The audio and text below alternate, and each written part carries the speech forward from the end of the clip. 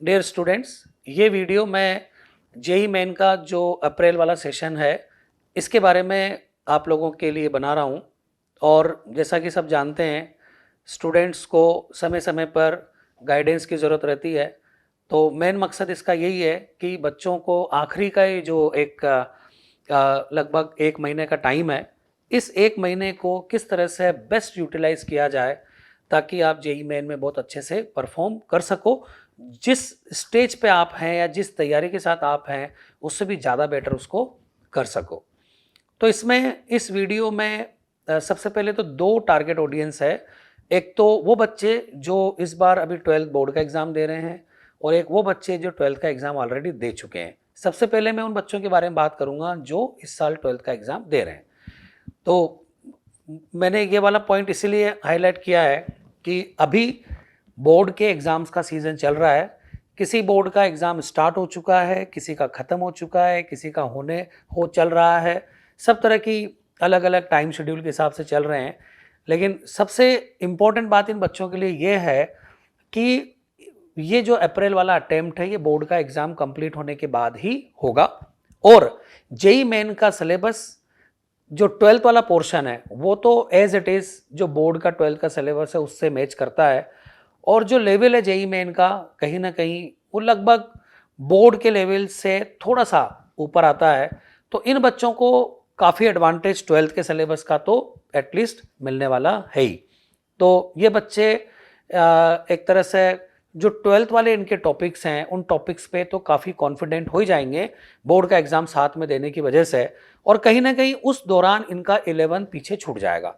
तो मेरा इन बच्चों के लिए सजेशन ये है कि 12th की तैयारी तो 12th के बोर्ड के साथ हो भी गई, तो आप 11th पे अपना अच्छे से फोकस करना। और अभी जो 1 महीने का टाइम है, चाहे किसी का बोर्ड का एग्ज़ाम चल रहा हो, चाहे किसी का बोर्ड का एग्ज़ाम होने वाला हो, है ना, जिनका हो गया वो तो फ्री हो ही गए, लेकिन और वो तो अभी अपना पढ़ाई कर ही रहे होंगे। लेकिन इन सभी के लिए बोर्ड का एग्ज़ाम 2023 में देने वाले बच्चों के लिए मैं ख़ास तौर से ये कहूँगा कि वो अपने 11th के टॉपिक्स को अच्छा करें। 12th को कम टाइम दें, 11th को ज़्यादा टाइम देने का लॉजिक बनता है। तो ये एक सबसे की पॉइंट बच्चों के लिए है। हालांकि बच्चे खुद समझदार हैं, सब जानते होंगे, लेकिन फिर भी बच्चों को याद दिलाना ही हमारा काम है। एज ए टीचर हमारी ये एक तरह से कर्तव्य है कि हम बच्चों को ये बात बताएं। तो आप लोग 11th पे ज़्यादा टाइम स्पेंड करें और 12th के टाइम को कम करें, क्योंकि ऑलरेडी बोर्ड में आपका उसका हो चुका है। That is one point. दूसरा पॉइंट ये, आपको एकदम कॉन्फिडेंट फील करना है कि इसलिए आप अपने आप को पीछे नहीं सोचे किसी से कि भाई हम 12th वाले बच्चे हैं, हमने हमारा 12th का काफ़ी सारा टाइम 12th के टॉपिकों में दिया है, 11th का 1 साल पहले पढ़ा था तो हम बाकी लोगों से पीछे हो गए या रिपीटर वाले बच्चों से पीछे हो गए क्योंकि वो पूरा 11 12 दोनों ही इस साल कर रहे हैं। तो ये अपने अंदर हीन भावना बिल्कुल भी नहीं लेके आए। आपके पास सफिशिएंट टाइम है। इस टाइम में, हालांकि मैं बहुत ज़्यादा सफिशिएंट तो नहीं कहूँगा, लेकिन आपके पास टाइम है जिसमें आप अगर प्रॉपरली प्लानिंग करोगे तो आप अपने 11th के टॉपिक्स को भी उसमें अच्छा कर सकते हो। और हाँ, 11th में कुछ टॉपिक ऐसे होते हैं जो बहुत लंबे होते हैं, बहुत हार्ड होते हैं, है ना, मेहनत बहुत करनी पड़ती है, आउटपुट कम आता है। ऐसे टॉपिकों को अपने टीचर की सलाह से, अपने जो भी क्लास टीचर हैं, जिन लोगों ने हमको पढ़ाया है, उनसे बातचीत करके ऐसे टॉपिक सेलेक्ट कर सकते हो जो कम टाइम लगाते हैं उनको रिवीजन करने के लिए, और उसमें भी मेहनत आउटपुट अच्छा आता है। ठीक है, कुछ कुछ टॉपिक मैं खुद बता सकता हूँ। जैसे मान लीजिए 11th की मैकेनिक्स की बात करें तो मैकेनिक्स में बहुत सारे बड़े बड़े टॉपिक्स हैं। सेंट्रो मास बहुत बड़ा टॉपिक है, रोटेशन बहुत बड़ा टॉपिक है ना। इन टॉपिक्स को अगर आप पूरी तरह से मास्टरी हासिल करना चाहते हैं दोबारा से रिवाइज करके, तो आपको बहुत टाइम इसमें स्पेंड करना पड़ेगा। उसके बजाय अगर अपन दूसरे टॉपिक्स में टाइम लगाएंगे तो आउटपुट ज़्यादा आएगा। और इन टॉपिक्स में कम ही टाइम लगाएं। सवालों की बहुत तादाद है, बहुत सारी संख्या में सवाल होते हैं इन टॉपिक्स में। उन सबको करने की बजाय कुछ ना कुछ पिक एंड चूज टाइप से आप स्टाइल में काम करोगे तो लंबे लंबे टॉपिक्स को भी आप कम समय के अंदर रिवाइज कर सकते हो। तो स्ट्रेटजी प्रॉपरली बनानी है, हर टॉपिक के पीछे नहीं पड़ना है, हर चीज़ के पीछे नहीं दौड़ना है कि भाई ये करने से मेरा अच्छा होगा। ये देखो कि कौन स्कोरिंग है, उनको ज़्यादा ध्यान अपने को देना है। और अब तक तो 2 साल की तैयारी में या 1 साल की तैयारी में बच्चों के समझ में आ जाता है कि क्या करना है और क्या नहीं करना है। ओके, तो ये 12th वाले बच्चों के लिए मैसेज है। जो बच्चे ऑलरेडी बोर्ड का एग्ज़ाम दे चुके हैं, जिन्होंने इस साल रिपीट किया है, उन बच्चों के लिए मैं कहूँगा कि अप्रैल का अटेम्प्ट ही उनके लिए रियल अटेम्प्ट है, क्योंकि तब तक उनका पूरा सिलेबस जहाँ भी वो पढ़ रहे हैं, कोचिंग कर रहे हैं, वहाँ पे उनका सिलेबस अच्छी तरह से कंप्लीट हो जाएगा और कुछ कुछ रिवीजन टेस्ट वगैरह भी हो चुके होंगे, कुछ रिवीजन भी हो चुका होगा। तो अप्रैल वाला टेस्ट उनके लिए रियल टेस्ट है। जनवरी वाला जो टेस्ट हुआ है जेई मेन का, वो 12th वाले बच्चों ने भी दिया, रिपीटर ने भी दिया, लेकिन 12th वाले बच्चे थोड़ा एडवांटेजेस पोजीशन में होते हैं, बिकॉज उनका 12th का कोर्स खत्म हो चुका होता है, 11th की कोचिंग पहले कर चुके होते हैं, तो लगभग वो एक अच्छी पोजीशन में होते हैं। रिपीटर बच्चों के लिए थोड़ा सा डिसएडवांटेजेस था ये साल, क्योंकि कोर्सेज भी लेट चालू हुए, जेई मेन जेई एडवांस इनके रिजल्ट आने के बाद लेट आने की वजह से। तो लेकिन इनके लिए अब अप्रैल वाला अटेम्प्ट बहुत खास है, और जैसा कि मैंने भी बोला कि भाई कोर्स वगैरह सब कंप्लीट हो चुका होगा, रिवीजन भी हो चुका होगा, तो इसका पूरा बेनिफिट लें। और जनवरी अटेम्प्ट में चाहे कैसी भी परसेंटाइल आई हो, ना तो अच्छे आने पे उसका ओवर कॉन्फिडेंस रखना है अपने को, ना खराब आने पे हमें लो कॉन्फिडेंट फील करना है। चाहे कितना ही खराब आपका रिजल्ट रहा हो जेई मेन जो सेशन 1 जनवरी का, उसमें उसको बिल्कुल भी ये नहीं मान के चलें कि भाई अप्रैल अटेम्प्ट में मैं एक अपने ऊपर छाप नहीं लगाएं कि मैं ऐसा हूँ। ठीक है, आप पूरा एक कंप्लीटली उसको तब्दील कर सकते हो, चेंज कर सकते हो ये अटेम्प्ट सेशन 2 के अंदर, अपने रिजल्ट को बिल्कुल भी हिस्ट्री को पूरी तरह से परिवर्तित कर सकते हो। तो ये तो हुए कोर्सेज से रिलेटेड बात, है ना। अब मैं यही कहूँगा कि इस 4-5 वीक के टाइम में, और जैसे जैसे समय नज़दीक आएगा वैसे वैसे हमको किस तरह से अपना एक कोड ऑफ कंडक्ट रहना चाहिए, क्या क्या हमें करना चाहिए, थोड़ा इस पर मैं बात करूँगा। जैसे जैसे समय एग्ज़ाम के नज़दीक आता है और सेशन पूरा होने लगता है, तो बच्चों को रिवीजन वगैरह की थोड़ा एक तरह से चिंता होने लगती है कि मेरा कोर्स तो एक मतलब हो गया, लेकिन मैं रिवीजन नहीं कर पाया, या मैं चीज़ों को अपने अपने अंदाज में उनको जमाने अरेंज नहीं कर पाया। तो मैं बच्चों को यही बोलूँगा कि बहुत ज़रूरी होता है कि हम हमारी चीज़ों को समेटें, क्योंकि एक साल में जो पढ़ाई होती है, एक साल भी नहीं हुआ होगा, बच्चों को लगभग 8-9 महीने का टाइम मिलता है, और इस 8-9 महीने के टाइम में आपाधापी में, जल्दबाजी में कोर्सेज चलते रहते हैं। ये वक्त है जब जो चीज़ें अभी तक कंप्लीट नहीं हुई उनको भी कंप्लीट करने का है, लेकिन साथ ही साथ अपन कुछ ना कुछ समय रोजाना एक्स्ट्रा निकाल करके अपने द्वारा जो चीज़ें करी हैं पूरे इस सेशन के दौरान, और कई बच्चे तो 11-12 में भी उन्होंने कोचिंग की होगी, तो सारी चीज़ें उनके पास में हैं, इनको किस तरह से समेटना है और एक सिस्टमेटिक तरीके से चीज़ों को अरेंज करना है, वो बहुत ज़रूरी होता है ना। किसी भी चैप्टर का एक ओवरव्यू लेना वो बहुत ज़रूरी होता है। तो जेई मेन के अप्रैल अटेम्प्ट में जाने से पहले, अभी से लेके अप्रैल अटेम्प्ट तक का जो समय है, उसमें रोजाना आप कम से कम 1 घंटा एक्स्ट्रा निकालें या 1.5 घंटा निकालें, आधा घंटा हर सब्जेक्ट के लिए। और इस आधे घंटे के अंदर जो 1.5 घंटे का टोटल टाइम है, इस टाइम की पूरी प्लानिंग कर लें कि भाई मेरे पास आज से लेके जेई मेन सेशन 1 तक का जो टाइम है, इस रोजाना 1.5 घंटे के अंदर में जो आधा घंटा हर सब्जेक्ट को दूंगा, इसके अंदर मुझे मेरी सारी चीज़ों को व्यवस्थित करना है। सारी चीज़ें क्या हैं कि भाई मैंने नोट्स पढ़े, मैंने होमवर्क किया, मैंने डीपीपी किया, शीट के सवाल किए, टेस्ट पेपर वगैरह दिए। तो इन चीज़ों में जो भी बिखराव पड़ा होगा, आर्बिट्ररी तरीके से वो अरेंज्ड होंगी, इन सब चीज़ों को एक अच्छी तरह से अरेंज करके रखें, और इनमें जो भी कोई इंपॉर्टेंट चीज़ें होती हैं उनमें टिक लगाए होंगे, उनको पढ़ना शुरू करें, रिवाइज करना शुरू करें। आधा घंटा रोजाना चीज़ों को देंगे तो जो भी अभी 30-40 दिन का समय है, इसके अंदर बमुश्किल हर चैप्टर को एक ही दिन आधा घंटा का टाइम मिल पाएगा। लेकिन ये ज़रूरी है, आपको अपनी करंट चीज़ों को जो वर्तमान में चल रही है उनको भी मैनेज करना है, और ये जो पुरानी चीज़ें हो गई हैं इनको भी देखना ज़रूरी है। इसलिए आपको 1.5 घंटे अलग निकाल के चीज़ों को एक अच्छे तरीके से अरेंज करने में ही उनको लगाना है। और आप जब इनको अरेंज करने लगोगे तो दिमाग में भी आपकी ये चीज़ें अच्छी तरह से व्यवस्थित होने लग जाएंगी। और ये ध्यान रखें कि जिन बच्चों का जेई मेन सेशन 1 जनवरी वाला बहुत अच्छा हुआ है, मतलब जिनको लगता है कि हाँ भाई मैं बहुत सेटिस्फाइड हूँ, मेरा बहुत अच्छा हो गया है, बहुत अच्छी परसेंटाइल उसके अंदर आ गई, चाहे वो 12th वाला हो चाहे रिपीटर वाला हो। ऐसा नहीं कहता कि रिपीटर में चूंकि उनको कम समय मिला, रिपीट वाले टाइम के अंदर लेट कोर्सेज चालू हुए तो इसकी वजह से उनकी परसेंटाइल कम आई होगी। ऐसा उन बच्चों के साथ हो सकता है जो पहली बार कोचिंग कर रहे हो, सीधे 11-12 में कुछ किया ही नहीं है। लेकिन जो बच्चे 11-12 में भी अच्छे से कोचिंग कर चुके हैं, उन बच्चों की इस रिपीटर होने के बावजूद भी जनवरी अटेम्प्ट में अच्छी परसेंटाइल आई होगी, तो जिन बच्चों का जेई मेन सेशन 1 में परसेंटाइल अच्छा आ गया है ऑलरेडी, उन बच्चों को मेरा कहना है कि वो अभी से एडवांस पे फोकस करें। उनको अप्रैल वाला जो जेई मेन अटेम्प्ट है ना, इसके लिए फोकस करने की जरूरत नहीं है ना। उनको अपना फोकस अभी से एडवांस पे लगाना है।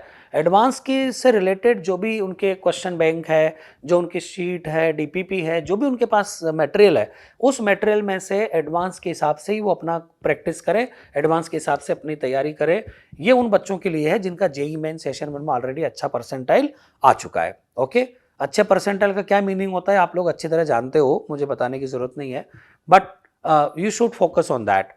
और जिन बच्चों का सेशन 1 अच्छा नहीं हुआ है, चाहे वो 12th का हो, चाहे वो रिपीटर है, उनको फिर जेई मेन सेशन 2 जो अप्रैल में हो रहा है उस पर फोकस करना चाहिए, लेकिन पैरेलल में एडवांस के हिसाब से भी उनको अभी से काम करना चाहिए, क्योंकि अप्रैल अटेम्प्ट के बाद में जो जेई एडवांस का अटेम्प्ट होगा जून में, उसमें कोई बहुत बड़ा टाइम इंटरवल नहीं रहता है, कमी लगभग 40-50 दिन का टाइम होता है। उस टाइम के अंदर इतनी आपाधापी मचती है कि सारी चीज़ों को छोड़ना समेटना, उसका उनको उतना वक्त नहीं मिल पाता है। तो इसलिए अभी से उसको टारगेट करके काम करना है, ठीक है। तो जिस बच्चे के हिसाब से जो इन बातों में से उसके लिए कन्वीनियंट है, उसके लिए रिलेवेंट है, वो उस बातों पे फोकस करते हुए अपना काम करे। क्योंकि देखो टाइम 24 घंटे है और अभी से लेके जेई एडवांस तक का टाइम भी कोई बहुत बड़ा टाइम नहीं है। इसलिए इस टाइम को किस तरह से अच्छे से यूज़ करना है, हर बच्चे की अलग अलग सिचुएशन होती है, उसको अपने अपने हिसाब से प्लानिंग करनी है। लेकिन हाँ, प्लानिंग ज़रूरी है, चाहे आपका एक दिन पूरा लग जाए, आप अपनी स्थिति को जानते हुए अपना आज से लेके इस सेशन 2 अप्रैल जेई मेन वाले के लिए और आज से लेके एडवांस तक के लिए क्या प्लानिंग आपके लिए बेस्ट सूट करती है, वो अपने हिसाब से बना करके काम करें। जो जो ब्रॉड पॉइंट्स हैं वो मैंने आपको इसके अंदर बताए हैं। फिजिक्स, केमिस्ट्री, मैथ्स तीनों सब्जेक्ट बहुत इंपॉर्टेंट होते हैं। और जैसा कि आपने जेई मेन 1 में अनुभव किया होगा कि भाई मैथ्स लेंथी होता है, तो जनरली मैथ्स लेंथी रहता है, तो कैसे इसको निपटना इस चीज़ से, ये भी आप अपने प्रैक्टिस टेस्टों के माध्यम से इस चीज़ को भी सीखें। और हर कोचिंग अपने अपने हिसाब से प्रयास करते हैं बच्चों के लिए रिवीजन प्रोग्राम वगैरह बनाने की। रेजोनेंस भी बच्चों के लिए सारे रिवीजन प्रोग्राम्स बनाता है, चाहे वो जेई मेन हो, चाहे एडवांस हो, जो भी हमारी तरफ से प्रोग्राम बच्चों के लिए होंगे, उनमें आप बहुत ईमानदारी से, ऑनेस्टली उनके अंदर अच्छे से अपीयर करें, अपनी अटेंडेंस उसके अंदर प्रॉपरली मेंटेन करें। घर पे टेस्ट देना एक अलग चीज़ होती है, लेकिन टेस्ट के माहौल में, टेस्ट सेंटर पे जाके बाकी बच्चों के साथ बैठ करके टेस्ट देना, उसका एक रियल टेस्टिंग होता है। इसलिए हमारे जो पहले कई सारे टेस्टों में जैसे कई बार बच्चे एब्सेंट हो जाते हैं, मैं सारे बच्चों से गुजारिश करूंगा कि जो भी रेजोनेंस के बच्चे हैं वो अपने रेजोनेंस के टेस्ट जो भी होते हैं उनको प्रॉपरली अटेंड करके, सेंटर पे अटेंड करके टेस्टों को देवें।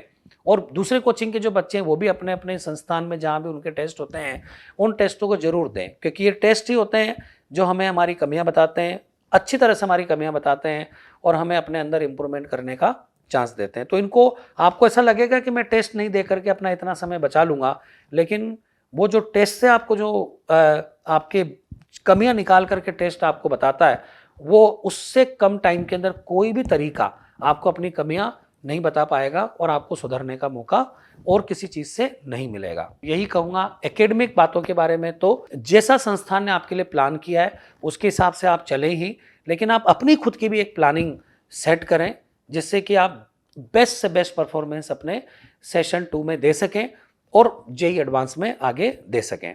तो अपनी स्थिति के हिसाब से आप प्लानिंग करें। मैं ये भी कहना चाहूँगा बच्चों के साथ ही साथ कि रेजोनेंस की तरफ से रिवीजन पैकेजेस जो बुकलेट्स होती हैं वो भी समय समय पर निकलती रहती हैं। जेई मेन के लिए भी हमने प्रीवियस ईयर क्वेश्चंस सॉल्यूशन के साथ, आंसर के साथ निकाले हैं, है ना। जिन बच्चों को लगता है कि उनको ये लेने चाहिए, मेरा तो रिकमेंडेशन है कि भाई पिछले सालों के जो क्वेश्चंस हैं उनको करने से अपने को काफ़ी सारी चीज़ों का आइडिया लगता है, इनको देखना चाहिए। और ये सॉल्यूशन के साथ है, जेई मेन की तरफ से, एनटीए की तरफ से केवल आंसर आते हैं, हम लोगों ने, हमारी पूरी एक्सपर्ट टीम ने इसके सॉल्यूशन भी निकाले जो अपने आप में one of the best solutions होते हैं। उनको आप देखें, आप लें और उससे एडवांटेज, उसका कम से कम टाइम में अगर आपको अच्छे से रिवीजन करना है तो ये एक बेस्ट तरीका हो सकता है कि प्रीवियस ईयर क्वेश्चंस को अपन सोल्व करें। इससे क्या होता है, एग्जैक्ट अपने को जेई मेन के लेवल के क्वेश्चंस प्राप्त होते हैं। इसके साथ ही साथ जेई एडवांस के भी प्रीवियस ईयर के क्वेश्चंस हमने अभी लॉन्च किए हैं, वो भी बच्चे ले सकते हैं, क्योंकि पुराने सालों के क्वेश्चंस करने से हमें बहुत कॉन्फिडेंस डेवलप होता है और अगेन इसमें भी आईटी की तरफ से केवल आंसर ही आते हैं, हम लोगों ने बहुत अच्छे से सॉल्यूशन बना करके बच्चों के लिए निकाले हैं। तो इन रिवीजन पैकेजेस का जेई मेन के लिए और जेई एडवांस के लिए आप इसका एडवांटेज लें। जेई मेन जब सेशन 2 खत्म हो जाएगा तब से लेके एडवांस के बीच का जो समय होता है, लगभग 30-40 दिन का समय होता है, उस समय के 30-40 दिन का हम जो है वो एक कोर्स भी लॉन्च करते हैं बच्चों के लिए। तो जो बच्चे अपनी तैयारी को एक बहुत उसको और शार्प करना चाहते हैं, उसको एक चमकाना चाहते हैं, तो इन कोर्स को, जो एडवांस का कोर्स होता है उसको भी वो ज्वाइन कर सकते हैं। एक शॉर्ट टर्म कोर्स होता है और बहुत एडवांटेजेस कोर्स होता है बच्चों के लिए, तो वो उसको कर सकते हैं। हमारे रेजोनेंस के बच्चों के लिए तो वो कोर्स वो इजीली, मतलब वो एक एज ए रूटीन उनके लिए अवेलेबल है ही सही। बट जो बच्चे रेजोनेंस में साल भर कोर्स नहीं कर पाए, अगर वो करना चाहें, मेरी रिकमेंडेशन है कि उनको करना चाहिए, कि उनको बहुत बड़ा एडवांटेज उसके अंदर मिलेगा और उनकी परफॉर्मेंस में डेफिनेटली एक बड़ा बेनिफिट उनको होगा। तो इन बातों के साथ साथ और भी चीज़ों का ख्याल रखना चाहिए। अभी एक ट्रांजिशन फेज़ है मौसम का भी, क्लाइमेट का भी, और इसलिए अपने आप को इसमें भी स्वस्थ रखना ज़रूरी है ना। कभी पंखा चलाएंगे तो ठंड लगेगी, नहीं चलाएंगे तो गर्मी लगेगी, ऐसे करके मतलब अपने आप को बहुत बैलेंस रखना पड़ेगा, खाने पीने का ध्यान रखना पड़ेगा, है ना। टाइम पे सोना है, टाइम पे उठना है, इन सब चीज़ों का भी ध्यान रखना है और अपने आप को खुश रखना है ना। अपने आप को बिल्कुल परेशान महसूस नहीं करना है कि एग्ज़ाम जैसे जैसे नज़दीक आने लगता है वो देखता है कि मेरा कोर्स ये नहीं हुआ, वो छूट गया, ये छूट गया, इन सब चीज़ों की चिंता में लगा रहता है, लेकिन जो हो गया उसकी वो खुशी नहीं मनाता है। तो मैं यही कहूँगा, कुछ छूटा हुआ है, कुछ चीज़ अटकी हुई है, उसके टेंशन नहीं करें, स्ट्रेसफुल बिल्कुल नहीं रहें, एकदम खुश रहते हुए, मस्त रहते हुए अपनी पढ़ाई करें, कूल रहते हुए अपनी पढ़ाई लिखाई करें और अपना बेस्ट करें।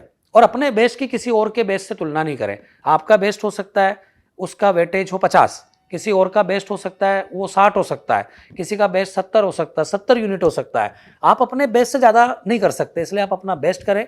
आप कोई भी चीज़ ऐसी नहीं करें जिससे कि आपको बाद में ये लगे कि यार मैंने शायद उस टाइम ये किया होता तो अच्छा होता। जो करना है अभी कर डालें, अच्छे से करें, बिल्कुल भी जैसे होता है ना कि चिंता वाली चीज़ों के हिसाब से नहीं करें। आप ये सोचेंगे यार मैं इससे ज़्यादा अच्छा नहीं कर सकता, इसलिए मेरा बेस्ट यही है, वो बेस्ट आप करते रहें। परिणाम की चिंता अभी से बिल्कुल नहीं करें। जो परिणाम आना होगा वो अपने आप आपकी मेहनत के हिसाब से, आपकी एबिलिटी के हिसाब से आपको परिणाम मिलेगा। लेकिन परिणाम की चिंता सोच के अभी से वो पूरी कैलकुलेशन लगा के मेरा ये रैंक, वो रैंक, ये नंबर, वो नंबर, उस तरह से नहीं। आपका फोकस होना चाहिए कि मैं अपनी जो पढ़ाई चल रही इसमें बेस्ट से बेस्ट कैसे कर सकता हूँ, बस। बाकी जो आएगा उसको आप, रिजल्ट को आप ऊपर वाले पे छोड़ दो। भगवान सबके साथ अच्छा करता है, मेहनत करने वालों को आगे पीछे किसी न किसी रूप में उसको उसका अवार्ड जरूर देता है। तो आप अपने आप को जो है ना फिजिक्स, केमिस्ट्री, मैथ्स में तैयार करने के अलावा मेंटली स्ट्रॉन्ग बनाएं, फिजिकली फिट रखें, हेल्थ वाइज अपने आप को सही रखें, उटपटांग चीज़ें खाने का थोड़ा सा कंट्रोल करें, है ना, और नींद प्रॉपरली निकालें।